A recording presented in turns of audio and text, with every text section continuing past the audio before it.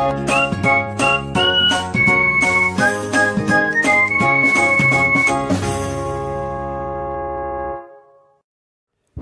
all. Module 4 7th chapter ആണ് estimation of plume rice.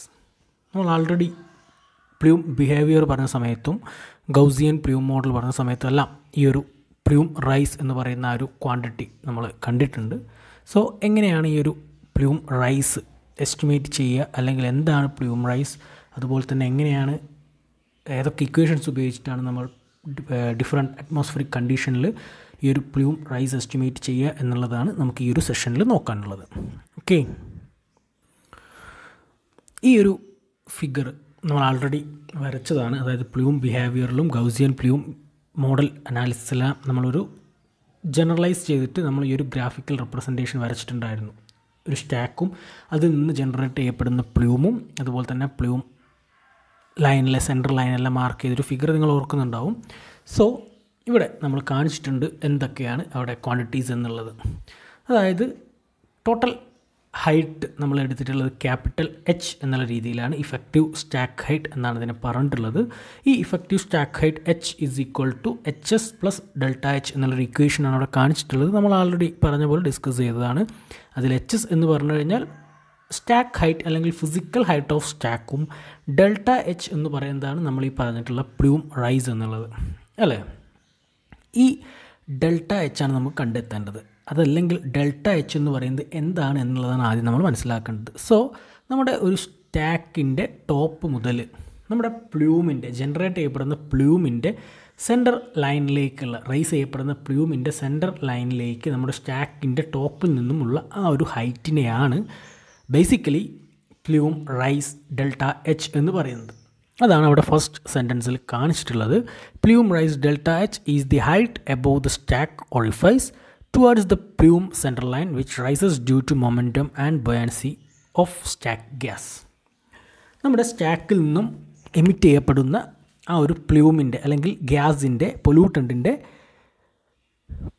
Centre ലൈനിലേക്ക്, ആ ഒരു പ്ലൂം ബിഹേവിയറിൽ വരുന്ന സെൻറ്റർ ലൈനിലേക്ക് നമ്മുടെ സ്റ്റാക്ക് ഓറിഫൈസിൻ്റെ സ്റ്റാക്കിൻ്റെ ഓപ്പണിങ്ങിൻ്റെ ടോപ്പിൽ നിന്നുമുള്ള ആ ഒരു ഹൈറ്റിനെയാണ് നമ്മൾ പ്ലൂം റൈസ് എന്ന് പറയുന്നത്. സോ എസ്റ്റിമേഷൻ ഓഫ് പ്ലൂം റൈസിൽ നമ്മൾ ആദ്യം തന്നെ എക്സ്പ്ലെയിൻ ചെയ്യേണ്ടത് definition of plume rice എന്താണെന്നുള്ളതാണ്. So ഈ ഒരു ഫിഗർ വരയ്ക്കുക, അവിടെ കാര്യങ്ങൾ മാർക്ക് ചെയ്യുക, അതിനുശേഷം ഈ ഒരു ഡെഫിനിഷൻ കൊടുക്കുക.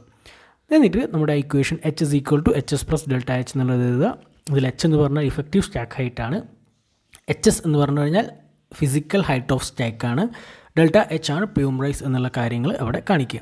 Okay, so effective height of stack എന്ന് പറഞ്ഞു കഴിഞ്ഞാൽ sum of physical height of stack plus plume rise ആണ് എന്നുള്ളൊരു ടേം കൂടെ അവിടെ ആ ഒരു ഇക്വേഷൻ വെച്ചിട്ട് നമ്മൾ അവിടെ ഒന്ന് എക്സ്പ്ലെയിൻ ചെയ്യുക. അതാണ് അവിടെ നെക്സ്റ്റ് സെൻറ്റൻസിൽ കാണിച്ചിട്ടുള്ളത്.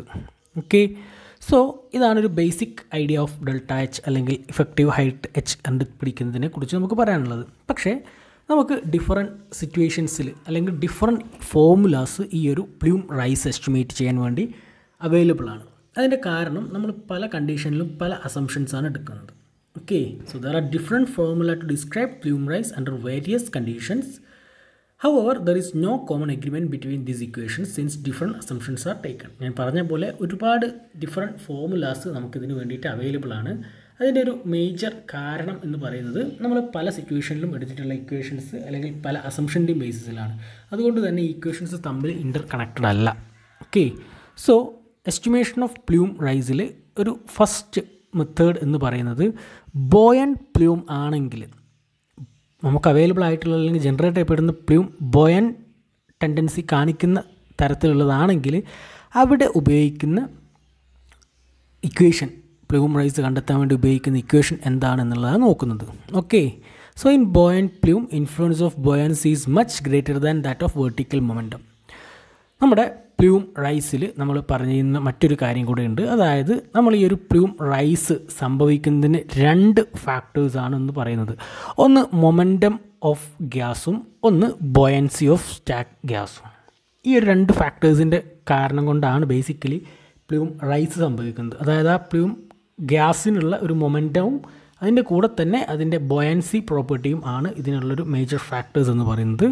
സോ ബോയൻ പ്ലൂം എന്ന് പറയുമ്പോൾ മൊമെൻറ്റം വേർട്ടിക്കൽ മൊമെൻറ്റത്തിനേക്കാളും കൂടുതൽ ഇൻഫ്ലുവൻസ് പ്ലൂം റൈസിൽ ഇൻഫ്ലുവൻസ് ബോയൻസിക്ക് ആകുമ്പോഴാണ് ആ പ്ലൂമിനെ നമ്മൾ ബോയൻ പ്ലൂം എന്ന് പറയുന്നത്. Influence of buoyancy is much greater than that of vertical momentum.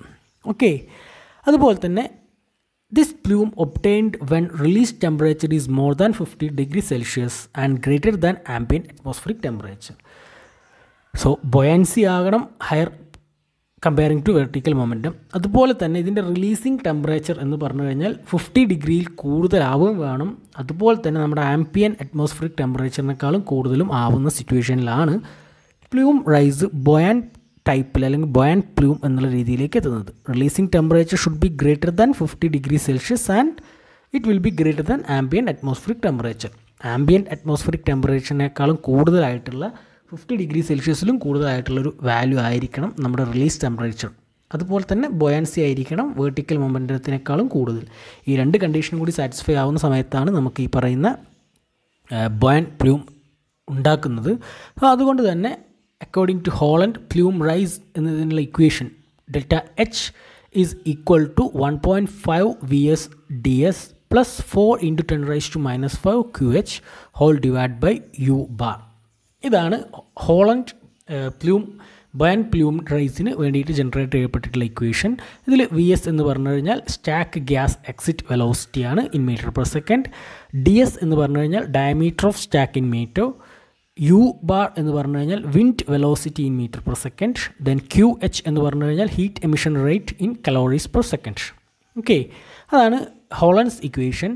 Then second equation according to Turner plume rise is delta H is equal to VS DS by U bar into 1.5 plus 2.68 into 10⁻³ into PA into TS minus TA by TS into DS. വലിയൊരു ഇക്വേഷനാണ്. Just ആ ഒരു equation ഒന്ന് എഴുതി പഠിച്ചാൽ നമുക്ക് easily എങ്ങനെയാണ് ആ ഒരു ഫോർമുലേഷൻ വരുന്നതെന്ന് മനസ്സിലാക്കാം. ടേർണർ ജനറേറ്റ് ചെയ്തിട്ടുള്ള പ്ലൂം റൈസിനുള്ളൊരു ഇക്വേഷനാണ് ഈ കാണിച്ചിട്ടുള്ളത്. ഇതിൽ PA എന്ന് പറഞ്ഞു കഴിഞ്ഞാൽ atmospheric pressure in millibar. Atmospheric pressure unit മില്ലി ബാറാണ് PA എന്നുള്ളതിൻ്റെ. ദെൻ TS എന്ന് പറഞ്ഞു കഴിഞ്ഞാൽ stack gas temperature in Kelvin. TA എന്ന് പറഞ്ഞു കഴിഞ്ഞാൽ ambient air temperature at stack height in Kelvin. Okay, so ഒരു കുറച്ച് വലുതായിട്ടുള്ളൊരു ഇക്വേഷനാണ് ടേർണേഴ്സിൻ്റേത്. Then Briggs equation for plume rise under stable or near neutral condition. അടുത്ത ഒരു ഇക്വേഷൻ എന്ന് പറയുന്നത് ബ്രിഗ്സ് ജനറേറ്റ് ചെയ്തപ്പെടുത്തിയുള്ള പ്ലൂം റൈസിനുള്ള ഇക്വേഷനാണ്. ഇതിൻ്റെ കണ്ടീഷൻസ് എന്ന് പറഞ്ഞു കഴിഞ്ഞാൽ സ്റ്റേബിൾ എൻവയോൺമെൻറ്റൽ കണ്ടീഷനോ അല്ലെങ്കിൽ ന്യൂട്രൽ കണ്ടീഷനോ ആകുന്ന സാഹചര്യത്തിലാണ് ബ്രിഗ്സ് ഇക്വേഷൻ യൂസ് ചെയ്യുന്നത്. ബ്രിഗ്സ് ഇക്വേഷൻ എന്ന് പറഞ്ഞു കഴിഞ്ഞാൽ delta H is equal to 2.4 × F/US whole raise to 1/3 എന്നുള്ളതാണ്. F എന്ന് പറഞ്ഞു കഴിഞ്ഞാൽ ബോയൻസി ഫ്ലക്സ് പാരാമീറ്റർ ആണ്. S എന്ന് പറഞ്ഞു കഴിഞ്ഞാൽ സ്റ്റെബിലിറ്റി പാരാമീറ്റർ ആണ്. ഓക്കെ, ഇതിൽ F കണ്ടെത്താനും S കണ്ടെത്താനും സെപ്പറേറ്റ് ഇക്വേഷൻസ് ഉണ്ട്. Fൻ്റെ ഇക്വേഷനാണ് അവിടെ കാണിച്ചിട്ടുള്ളത്.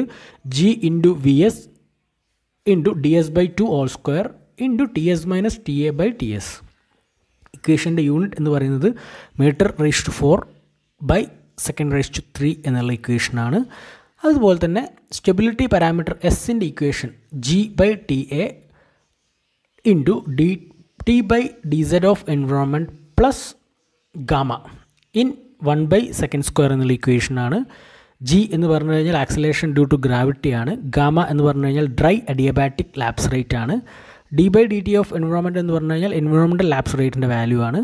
ഈ ഗാമ കണ്ടെത്താൻ വേണ്ടിയിട്ട് -d/dt of adiabatic dt/dz of adiabatic എന്നുള്ള ഇക്വേഷൻ നമുക്ക് ഉപയോഗിക്കാം. ഗാമ കണ്ടെത്താൻ വേണ്ടിയിട്ട് -dt/dz of adiabatic that is approximately equal to 10 degree Celsius per 1 kilometre എന്നുള്ള രീതിയിലാണ് നമുക്ക് ഇക്വേഷൻ ജനറേറ്റ് ചെയ്യപ്പെട്ടിട്ടുള്ളത്.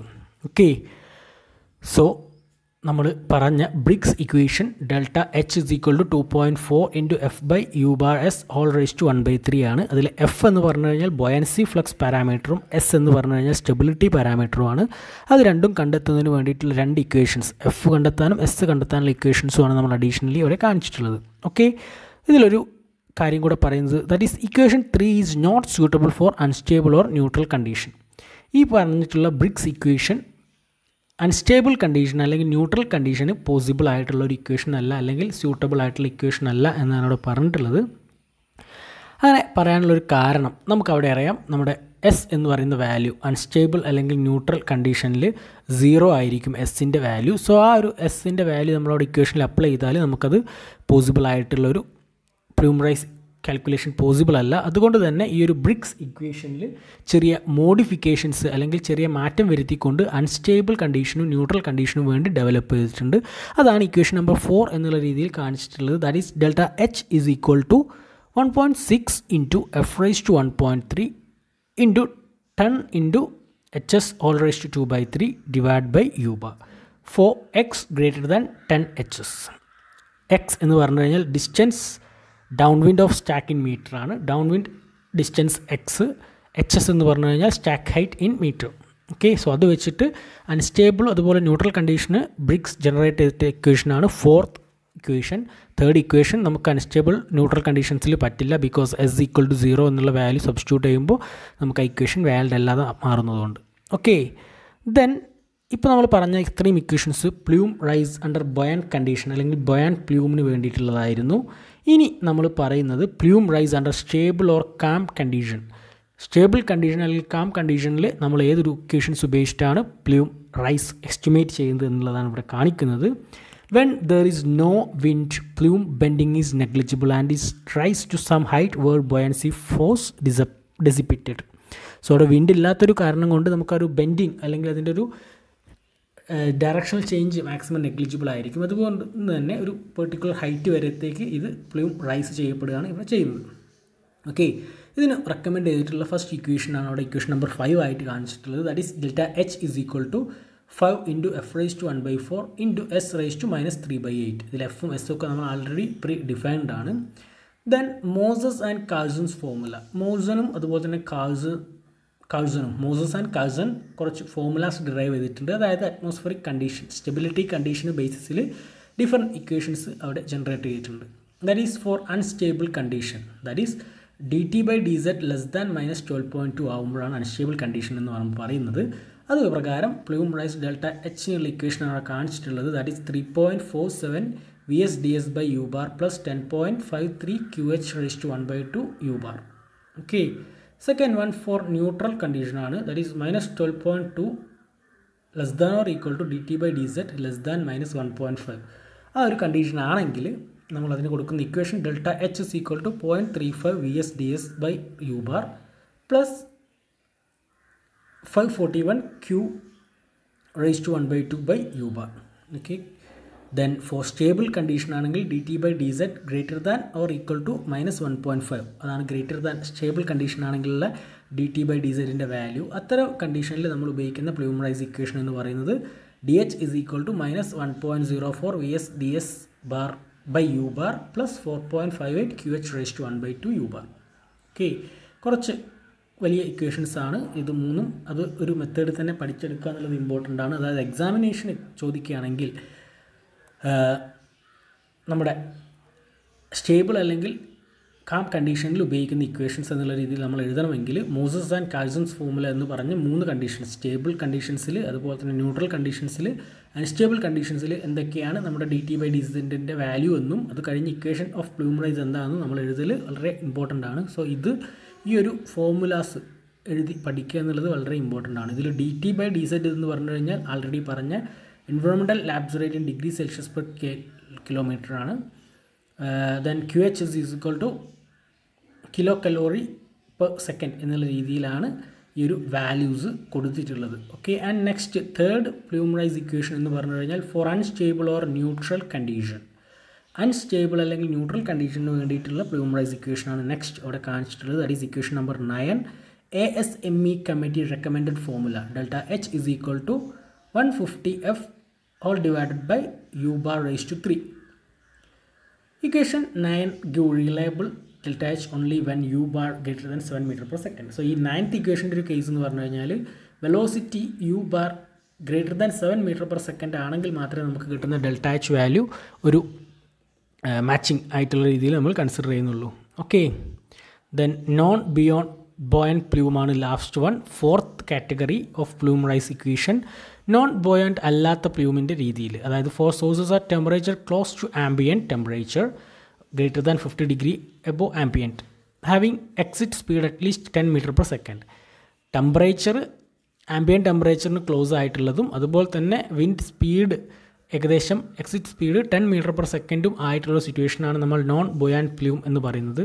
ആ ഒരു സിറ്റുവേഷനിൽ ASME റെക്കമെൻഡ് ചെയ്തിട്ടുള്ള ഇക്വേഷനാണ് ഇവിടെ കാണിച്ചിട്ടുള്ളത്. That is delta H is equal to DS into VS/U bar all raised to 1.4. Okay, so ഇത്രയും ഇക്വേഷൻസാണ് നമ്മൾ ഈ ഒരു എസ്റ്റിമേഷൻ ഓഫ് പ്ലൂം റൈസിൽ പഠിക്കുന്നത്. വളരെ അധികം ഇക്വേഷൻസ് നമുക്ക് പഠിക്കാനുണ്ട്. സോ ആദ്യം തന്നെ എന്താണ് പ്ലൂം റൈസ് എന്നുള്ളൊരു ഡെഫിനിഷൻ കൊടുക്കുക, അതിൻ്റെ കൂടെ തന്നെ ആ ഫിഗർ വരച്ചിട്ട് നമ്മുടെ ഇക്വേഷനും അതിലെ ഓരോ ടേംസും മാർക്ക് ചെയ്യുക. അതിനുശേഷം നമുക്ക് ഇതിന് വേണ്ടിയിട്ട്, അതായത് പല അസംഷൻസിൻ്റെ ബേസിസിലായതുകൊണ്ട് നമുക്ക് ഡിഫറെൻറ്റ് ഇക്വേഷൻസ് ജനറേറ്റ് ചെയ്തിട്ടുണ്ട് എന്നുള്ളൊരു കാര്യം സ്റ്റേറ്റ്മെൻറ്റ് കൊടുക്കുക. ദെൻ 4 ഈ ടൈപ്പിലാണ് ഇക്വേഷൻസ് ഉള്ളത്. അതായത് ഫസ്റ്റ് വൺ ബോയൻ പ്ലൂമിൻ്റെ കേസിൽ, സോ എന്താണ് ബോയൻ പ്ലൂം എന്ന് പറയുക. ദെൻ അതിനുള്ള ജനറൽ ഇക്വേഷൻസ്, ഡിഫറെൻറ്റ് ഇക്വേഷൻസ് ഉണ്ട്, അത് ഓരോന്നും കൊടുക്കുക. സെക്കൻഡ് കാറ്റഗറി എന്ന് പറഞ്ഞു കഴിഞ്ഞാൽ അണ്ടർ സ്റ്റേബിൾ ആൻഡ് ക്യാം കണ്ടീഷനാണ്. അതിനുള്ള ഇക്വേഷൻസും അതിൻ്റെ ഡീറ്റെയിൽസും അവിടെ കൊടുത്തിട്ടുണ്ട്. And then third one for unstable and neutral കണ്ടീഷൻസിനുള്ള ഇക്വേഷൻസ് ആണ്. And last one non buoyant പ്ലൂമിൻ്റെ കേസിൽ. അങ്ങനെ 4 കേസിൽ വരുന്ന പ്ലൂം റൈസ് ഇക്വേഷൻസും അതിൻ്റെ ടേംസ് എന്താണ്, അതിൻ്റെ യൂണിറ്റ് എന്താണെന്നുള്ള കാര്യങ്ങളാണ് നമുക്ക് ഈ ഒരു സെഷനിൽ, അതായത് എസ്റ്റിമേഷൻ ഓഫ് പ്ലൂം റൈസിൽ അതിൻ്റെ ഒരു തിയറി എന്നുള്ള പെർസ്പെക്റ്റീവിൽ പഠിക്കാനുള്ളത്. Okay, thank you.